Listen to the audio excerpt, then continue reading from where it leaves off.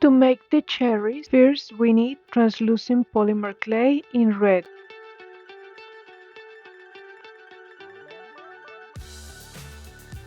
When we have it well mixed, we roll it between our fingers until we have a...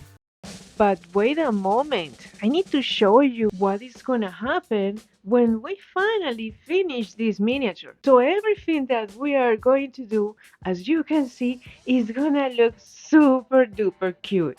Okay, now back to the video. Thin snake, and we cut it in tiny pieces, also about 2 millimeters. Now we roll it between our fingers until we have a tiny ball, like so. With a pointed silicone tool for polymer clay, we make a tiny dent like this, and we repeat the same steps to make a lot more. The ones that we have already done, we place it in a ceramic tile. Next, we are going to make the cherries that they are going inside of the galette. Again, we roll the polymer clay between our fingers until we have a thin snake of about... We also cut it in tiny pieces from about... And we roll it between our fingers to create a tiny ball, but this time we're gonna make these ones a little bit flat and with texture, like you can see here. These cherries must look a little dry and wrinkled to try to imitate the effect that they are baked. And we make a lot more, and we just put it on the side for now. With a piece of paper, liquid translucent polymer clay, and chalk pastels in red and purple. With an X-Acto knife, we scrape it, and we're gonna use the powder. We do the same with the red, and we mix it all together. If you see in internet the picture of any galette that is being baked, you can see inside a liquid that is kind of very dark purple red when the galette is made with cherries. We mix the polymer clay colors, white and yellow, more or less, in these proportions. What we're looking for is kind of a yellowed color, similar to this one.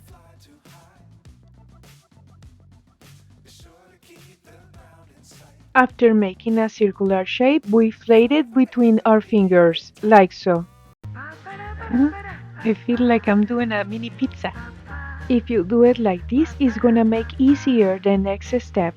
And we place it in a flat surface and with two pocket cars on each side and a plastic roller for polymer clay, we finish to flat the polymer clay all to the same level. Then we use a circular polymer clay cutter with a diameter about...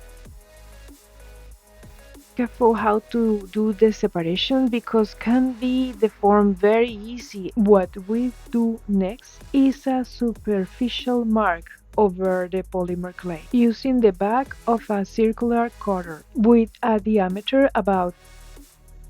We first check and then we place it in what we think is the middle. When we are happy with the position, we make a very light pressure.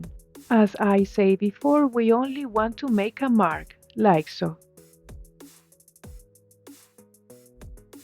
To add the liquid polymer clay and the berries that we made before, we first use toothpicks. And also it's better if we place the berries from the center to the edges. Then we cut the extremes like so.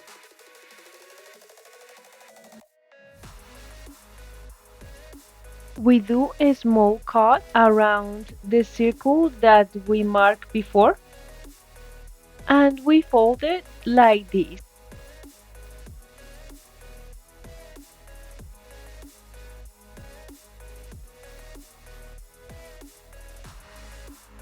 Now we need a needle tool to finish adding all the texture around the galette. This way looks more realistic, but don't add texture all over, just a few areas.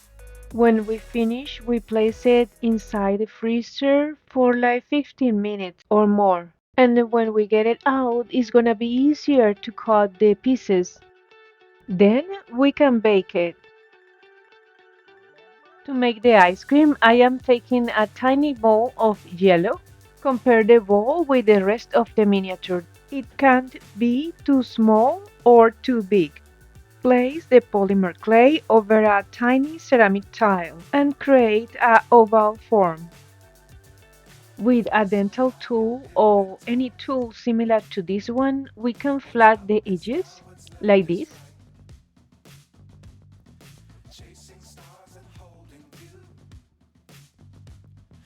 Then with a needle tool, we do the texture all around the little ice cream.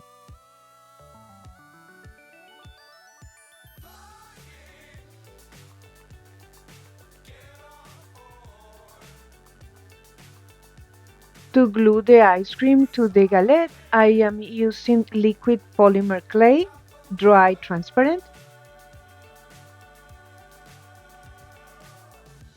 When the ice cream is in the place that we want, we make a light pressure and we finish adding a little bit of texture and again to the oven. To sand the wooden board, first I'm going to use sandpaper 120 and next we use 1500. Let me show you better how I am doing it. It's important that we do it like this. If not, we can create curves where we don't want to. In here, I have this inclination because I want to soft and curve the edges. I want to run the corners too, not like this one. First, we do it in one direction, then we flip it. I am going to show you better what I am doing.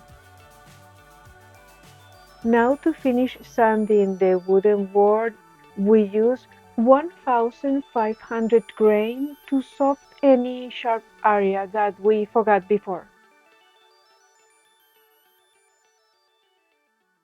When we feel that it's totally soft, we can start painting.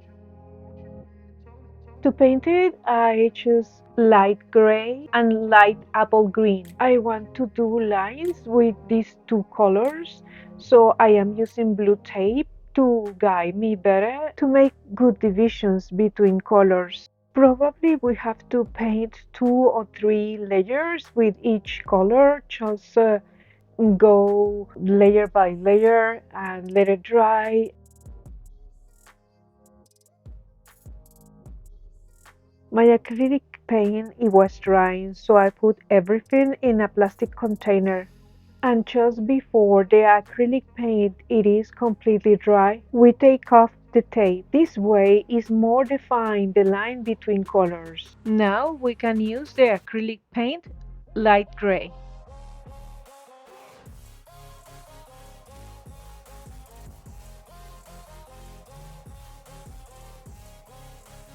And remember to paint the sides like we do with the green color. When the front part it is completely dry, with a flat brush. To finish painting this miniature, I want to use white acrylic paint. If we see that the edges are not well covered, we can use a small brush and we let it dry. Ta-da! Now let's paint the miniature. I am using yellow, brown, and orange diluted with water. And little by little, I going from the yellow to the brown. We don't need to cover the whole miniature with the colors. We just kind of paint only the areas that we create the texture before. If you like this video so far, please give us a thumb up and consider to subscribe. Your support is always very important to us. To paint the areas where the cherries are going, I am using dark red diluted with water. and we let it dry. To recreate the baking paper, I am using recycled paper bag. I don't know yet what size is gonna be the baking paper for this miniature, so I am using as guide the same size as the miniature wooden board. I want to give it like a used texture. For the next step, we're gonna use a flat brush, a small piece of carton, and a few drops of varnish. Doing this, we're going to make it look even more realistic. When we are applying the varnish, we have to apply one side and then we apply the other side. Don't let it stick in the carton. Can dry very fast. We add a few more drops of varnish if we need to. Have to be totally covered. For this stage, I recommend to use little pieces of paper bag. That way the fingers doesn't stick when we are trying to dry the paper. Also, we can use it as support, like so, and we let it dry. In this section, we're going to finish the creation of the tiny berries. I like to use a quilt thread to recreate the tiny branch. I like it because it maintains the form. I'm gonna paint it. Even if you find it in green color, you will have to paint it because we needed to keep the form, and the best way to do it is by painting layers of paint over the thread.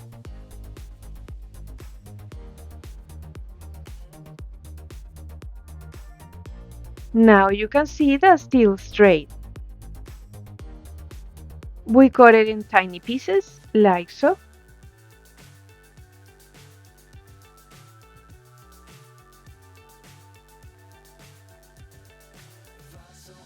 And now we just glue together the tiny branch with a few berries.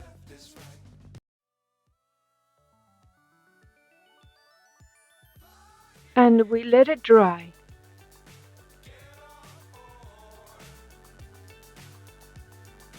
If you see that the tiny branch is still too long, then you can cut it always.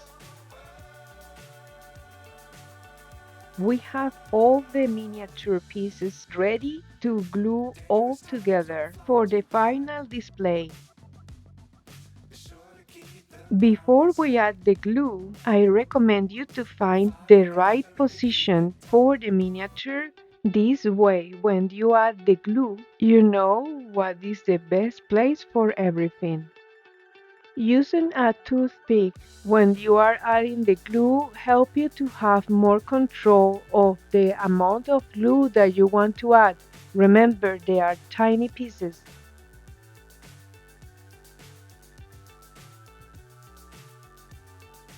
And when you put the miniature in the area that you want, do a very light pressure, but strong enough. That way, the miniature doesn't look like floating over the surface.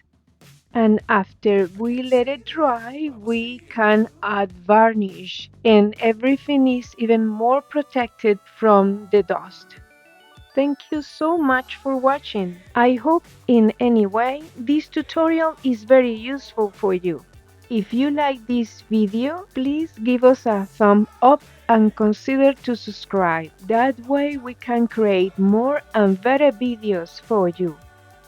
And here you have a complete list of all the materials and tools that you will need to create this cute miniature. And for more tips and tricks about how to create your own miniatures, check these videos next.